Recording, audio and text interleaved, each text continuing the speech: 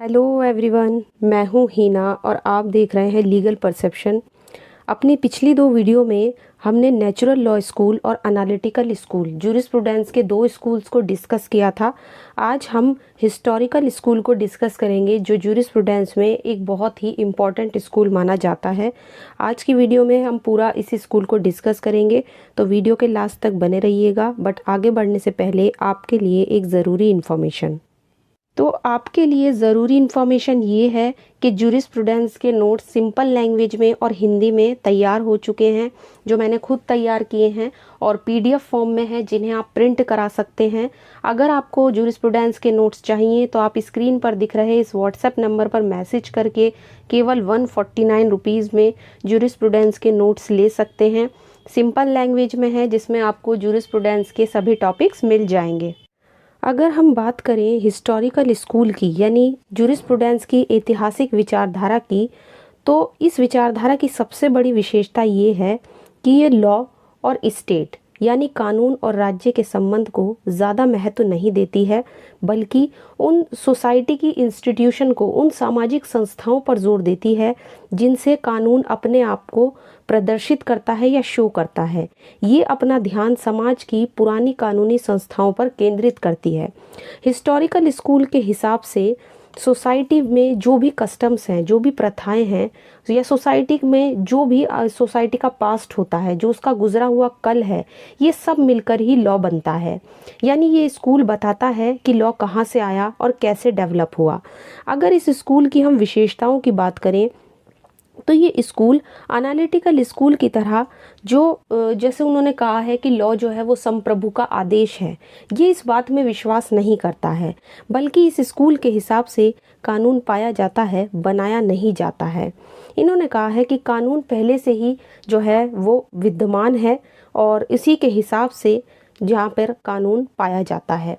अब यहाँ पर एक और चीज़ है, इनका ये भी कहना है कि कानून का जो जन्म है वो राज्य से पहले हुआ है, यानी कि राज्य बाद में आया, कानून पहले से ही जो है वो समाज में है और राज्य से पहले ही यहाँ पर एग्जिस्ट करता है। अब सोशोलॉजिकल स्कूल अलग बात करता है, एनालिटिकल स्कूल अलग बात करता है, और जो आपका नेचुरल लॉ स्कूल है, सब स्कूल अपनी अलग अलग विचारधारा रखते हैं कि लॉ क्या है। इसी चीज़ को लेकर सभी स्कूल अलग अलग बटे हुए हैं। हिस्टोरिकल स्कूल की अगर बात करें तो इनका ये भी कहना है, एक तो इन्होंने ये कहा है कि कानून का जन्म राज्य से पहले हुआ। इसके अलावा जैसे कि मैंने बताया, ये भी बात करते हैं कि कानून का जो सोर्स है वो संप्रभु नहीं है। और सबसे इम्पॉर्टेंट बात, ये वाला जो स्कूल है ये प्रथाओं को, यानी कि जो कस्टम्स होती हैं, जो रूढ़ियाँ होती हैं, जो सोसाइटी में बहुत समय से चली आ रही हैं, उन कस्टम्स पर ज़्यादा महत्व देता है। तो इस तरीके से आप देख सकते हैं कि हिस्टोरिकल स्कूल कानून के डेवलपमेंट में पहले लॉ कहाँ से आया और कैसे कैसे उसका डेवलपमेंट हुआ, इस चीज़ पर ज़्यादा जोर देता है। अगर बात करें इसके समर्थकों की कि इस स्कूल के जूरिस्ट कौन कौन हैं, तो उसमें सेविनी, हीगल, मॉन्टेस्क्यू और हेनरी मेन, ये इस स्कूल के मेन जूरिस्ट हैं, जिनकी विचारधारा है तो लगभग एक ही समान, इसीलिए इनको हिस्टोरिकल स्कूल में रखा गया है। सबसे पहले बात करेंगे मॉन्टेस्क्यू की। मॉन्टेस्क्यू को हम ऐतिहासिक विचारधारा यानी कि इस स्कूल का पहला जूरिस्ट भी कह सकते हैं। इनका कहना है कि लॉ को समाज की बदलती हुई ज़रूरतों को ध्यान में रखना चाहिए, यानी समाज में जो भी लगातार ज़रूरतें लोगों की बदलती जा रही हैं, उसी को ध्यान में रखकर जो है लॉ होना चाहिए। तो मॉन्टेस्क्यू एक बहुत बड़े जूरिस्ट हैं इस स्कूल के। अब आते हैं सेविनी पर। सेविनी सबसे इम्पॉर्टेंट रोल प्ले करते हैं हिस्टोरिकल स्कूल में, और इन्हें आप इस स्कूल का पिता भी कह सकते हैं, यानी सेविनी जो है वो फादर माने जाते हैं हिस्टोरिकल स्कूल के। तो पहले जूरिस्ट किसे माना जाता है हिस्टोरिकल स्कूल का? मॉन्टेस्क्यू को, और फादर माना जाता है सेविनी को। सेविनी के लिए सबसे बड़ा जो योगदान है हिस्टोरिकल स्कूल में वो है इनका लोक चेतना का सिद्धांत, जिसे हम इंग्लिश में वोल्केजिस्ट थ्योरी के नाम से भी वोकजिस्ट थ्योरी, इसे वोगजिस्ट थ्योरी भी कहते हैं। कभी कभी एग्जाम में इस नाम से भी क्वेश्चन आ जाता है कि कौन से ज्यूरिस्ट हैं जिन्होंने वोगजिस्ट थ्योरी दी है।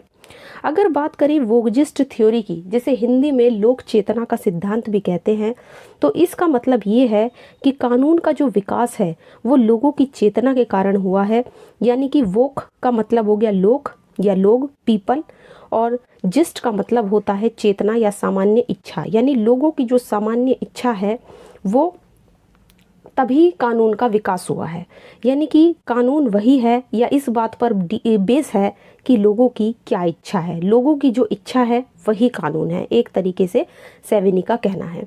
इनका ये भी मानना था कि जो हर लॉ है वो अपने देश की प्रथाओं, अपने देश के रीति रिवाजों, उनकी परिस्थितियों के अकॉर्डिंग ही बनाया जाता है, जो आप किसी दूसरे देश में अप्लाई नहीं कर सकते हो। यानी एक देश जो भी लॉ बनाता है उसी को आप, वो उसी देश में चलेगा, किसी दूसरे देश में आप उसको अप्लाई नहीं कर सकते हो। एक और इम्पॉर्टेंट बात जो सेविनी ने कही है वो ये है, इनका कहना ये भी था कि लोगों की जो आंतरिक ज़रूरतें होती हैं और जो भी समय की ज़रूरत होती है उसी के हिसाब से कानून बनाया जाता है। जब भी समाज को किसी कानून की ज़रूरत होती है तो समाज उस कानून को बनाता है, और जब उसकी इम्पोर्टेंस ख़त्म हो जाती है तो वैसे ही वो कानून भी ख़त्म हो जाता है। यानी कानून जो है वो समाज अपनी ज़रूरतों के हिसाब से बना लेता है। फॉर एग्ज़ाम्पल, जैसे मान लीजिए पहले सती प्रथा थी, सती प्रथा पहले एग्जिस्ट करती थी। बाल विवाह की प्रथा थी, बहुत समय पहले से चली आ रही थी। अब क्या हुआ, जैसे जैसे सोसाइटी में चेंजेस हुए, जैसे जैसे समय की ज़रूरत इनको देखते हुए ख़त्म हुई, तो इस तरीके से अपनी ज़रूरतों के हिसाब से समाज ने इनको बनाया और इनको समाप्त भी कर दिया। तो एक तरीके से सेविनी का कहना यही है सिंपल वर्ड में कि लोगों की जो सामान्य इच्छा होती है वही इसका कानून होता है। लेकिन कई आधार पर सेविनी की आलोचना भी की जाती है। सेविनी के बारे में कुछ आलोचकों का कहना है कि इन्होंने जो भी जजेस हैं, जो भी ज्यूरिस्ट हैं दूसरे, यानी विधि शास्त्री और जो न्यायाधीश हैं, उनके कार्यों को इन्होंने गंभीरता से नहीं लिया है। दूसरा, सेविनी ने ये भी नहीं बताया कि लोक चेतना का निर्माण कैसे होता है, यानी वो कैसे फॉर्म में आती है। तो एक तरीके से सेविनी के सिद्धांत की आलोचना भी होती है, लेकिन सबसे इम्पॉर्टेंट है हिस्टोरिकल स्कूल में सेविनी का सिद्धांत, और यहाँ से क्वेश्चन बहुत ही ज़्यादा एग्जाम में आते हैं। तीसरे अगर इम्पॉर्टेंट जूरिस्ट की बात करें तो वो है हेनरी मेन। हेनरी मेन भी सेविनी की तरह ही एक इम्पॉर्टेंट जूरिस्ट हैं हिस्टोरिकल स्कूल के। हेनरी मेन ने अलग अलग देशों की जो लॉ सिस्टम था, जो विधि की प्रणालियाँ थी, उनका अध्ययन करके कानून के विकास के संबंध में कि कैसे कैसे कानून डेवलप होता है, उसके हिसाब से ही कुछ निष्कर्ष निकाले हैं। यानी उन्होंने पहले अलग अलग देश की कानून प्रणालियों का अध्ययन किया, फिर उसको कैसे कैसे लॉ डेवलप होता है उसके हिसाब से इन्होंने जो है वो 2 निष्कर्ष निकाले हैं। इसलिए हम इनकी विचार पद्धति को, जो इन्होंने अध्ययन किया है, उसे हम तुलनात्मक विचार पद्धति भी कहते हैं। इन्होंने सोसाइटी को 2 तरीके से 2 भागों में बांटा है। एक बताया है स्थिर समाज और दूसरा बताया है इन्होंने विकासशील समाज, यानी जो प्रोग्रेसिव सोसाइटी होती है जिसमें अभी प्रोग्रेस चल रहा है। इन्होंने समाज को इन 2 भागों में बांटने के बाद अब इन्होंने एक सिद्धांत यहाँ से निकल कर आया है, वो है परिस्थिति से संविदा की ओर, यानी स्टेटस टू कॉन्ट्रैक्ट। अब ये जो हेनरी मेन ने बताया है कि जो आपका स्टेटस टू कॉन्ट्रैक्ट का सिद्धांत है, इसके अकॉर्डिंग क्या कहा है इन्होंने कि विकासशील समाज, यानी जिस समाज में अभी विकास चल ही रहा है, यानी प्रोग्रेसिव सोसाइटी में फ्यूचर में होने वाले बदलाव के हिसाब से अभी से लोग जो पॉजिटिव लॉज हैं वो बनाना शुरू कर देते हैं। तो इनके सिद्धांत के अकॉर्डिंग स्टेटस टू कॉन्ट्रैक्ट का मतलब यही है कि जो भी हमारे फ्यूचर में बदलाव होने वाले हैं उसके हिसाब से हम अभी से पॉजिटिव लॉ बनाना शुरू कर देते हैं। फ्यूचर में जो भी चेंजेस होने वाले हैं उनके प्रोटेक्शन के लिए पहले से ही लॉ बना लिए जाते हैं प्रोग्रेसिव सोसाइटी में, यानी कि विकासशील समाज में। और उन्होंने इसके साथ जो सिद्धांत दिया था वही है आपका स्टेटस टू कॉन्ट्रैक्ट थ्योरी। इसके हिसाब से जो भी आपकी ट्रेडिशंस है, जो भी आपकी परंपराएं हैं, वो उनमें से जो भी उन परंपराओं में जो भी राइट्स हैं, बाध्यताएं हैं, ऑब्लिगेशंस हैं, जो उनके सोशल स्टेटस के हिसाब से तय पहले किए जाते थे। तो अगर कोई मान लीजिए अपर कास्ट का व्यक्ति होता था तो उसको क्या होता था, उसको उसके ऑब्लिगेशंस बाध्यताएं उस हिसाब से होती थी। अगर कोई लोअर कास्ट का व्यक्ति है तो उसकी ऑब्लिगेशन उसके हिसाब से होती हैं।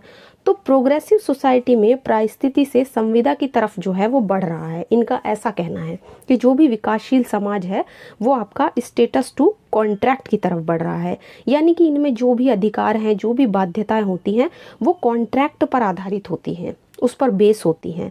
तो हेनरी मेन की जो थ्योरी है कि उसकी अगर हम बात करें तो उसके हिसाब से कानून या लॉ बनाने की जो पूरी की पूरी प्रक्रिया है, उसका जो पूरा प्रोसेस है वो बदलाव का प्रोसेस है, ताकि समाज परिस्थिति से संविदा की तरफ बढ़ सके, यानी कि जो सोसाइटी है वो अपने स्टेटस से निकलकर कॉन्ट्रैक्ट की तरफ बढ़ सके। तो एक तरीके से ये जो हमने समझा है, हेनरी मेन को हमने समझा है, तो हेनरी मेन का जो भी सिद्धांत इंपॉर्टेंट रोल प्ले करता है। इसके अलावा हमने सेवेनी के लोक चेतना के सिद्धांत की बात की है, ये भी एक बहुत ही बड़ा इंपॉर्टेंट रोल प्ले करता है। मॉन्टेस्क्यू भी एक बहुत बड़े ज्यूरिस्ट हैं इस स्कूल के। और बाकी आज की वीडियो में हमने जो भी डिस्कस किया है हिस्टोरिकल स्कूल को, आई होप कि आपको आज का वीडियो पसंद आया होगा।